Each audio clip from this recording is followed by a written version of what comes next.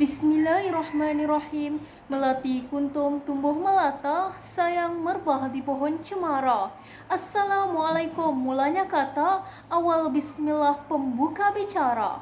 Assalamualaikum warahmatullahi wabarakatuh. Salam sejahtera dan salam Malaysia Madani. Nama diberi Atika binti Alinuddin dan saya berusia 17 tahun. Saya merupakan pelajar di Sekolah Menengah Arab As-Sayyidah Khadijah yang terletak di Serkam Darat Melaka dengan kod MFT 1001. Saya sentiasa percaya bahawa membaca merupakan salah satu tabik yang sangat penting dalam membentuk diri yang berilmu. Dalam video ini, saya berasa amat teruja untuk berkongsi sebuah buku berbentuk novel yang berjudul A atau Mati. Novel karya Aman Wan ini telah berjaya menarik minat saya. Novel terbitan Bling Book Sendirian Berhad ini diterbitkan pada tahun 2018. Novel ini setebal 114 halaman dan mempunyai subtopik sebanyak 11 bab. Setiap bab membawa kejutan dan perkembangan cerita yang membuatkan para pembaca tidak sabar untuk menamatkannya. Pada pandangan pertama, muka hadapan novel ini memberikan gambaran sebuah kisah seram, bukan? Namun, sepanjang pembacaan, jelas bukan hanya sekadar kisah seram, malah turut diselitkan dengan elemen yang menyayat hati sehingga mampu mengundang rasa sebab dan membuatkan saya mengalirkan air mata. Ayo, marilah kita menyelusuri lembaran novel ini dengan hati yang terbuka agar kita dapat menyingkap makna tersirat di sebalik kisah yang penuh iktibar ini. Novel ini mengisahkan tentang seorang pelajar perempuan bernama Maria yang merupakan seorang pelajar yang berusia 17 tahun dan bersekolah di SMK Pekan Lama. Dia merupakan anak sulung dalam keluarga dan seorang pelajar yang bercita-cita tinggi. Maria bersama adiknya diasuh dan dijaga oleh nenek mereka setelah kehilangan ibu bapa dalam kemalangan jalan raya yang amat tragis.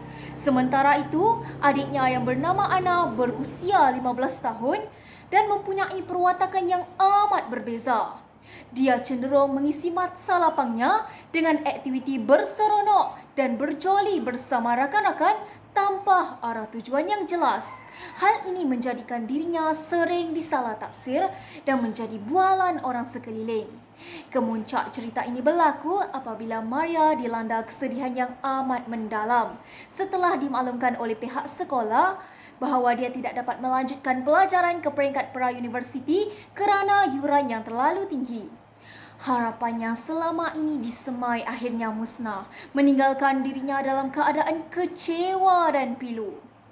Dalam suasana yang penuh tekanan itu, tiba-tiba Ana pulang ke rumah dalam keadaan yang amat mencurigakan.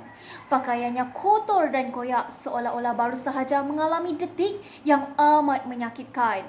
Setelah didesak, akhirnya terungkai bahawa perbuatan tersebut berpunca daripada seorang lelaki yang amat dipercayainya.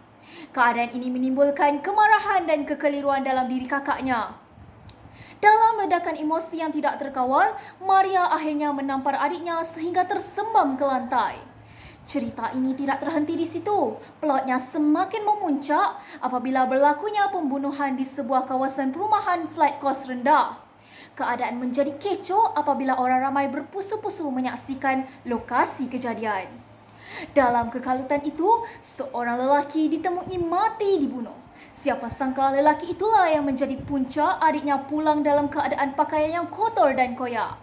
Didorong oleh perasaan marah dan dendam, Maria menjadi suspek utama apabila dilihat memegang sebatang paip di tempat kejadian.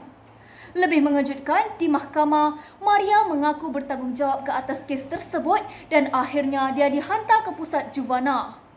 Di pusat juvana tersebut, terdapat satu sistem yang dikenali sebagai peperiksaan merah, iaitu satu bentuk penilaian yang menentukan sama ada pelajar juvana boleh dibebaskan ataupun tidak. Peperiksaan ini menjadi penentu masa depan mereka. Namun begitu, Ana telah mengetahui kebenaran yang amat mengejutkan bahawa kakaknya telah menjadi kambing hitam dalam kejadian tersebut.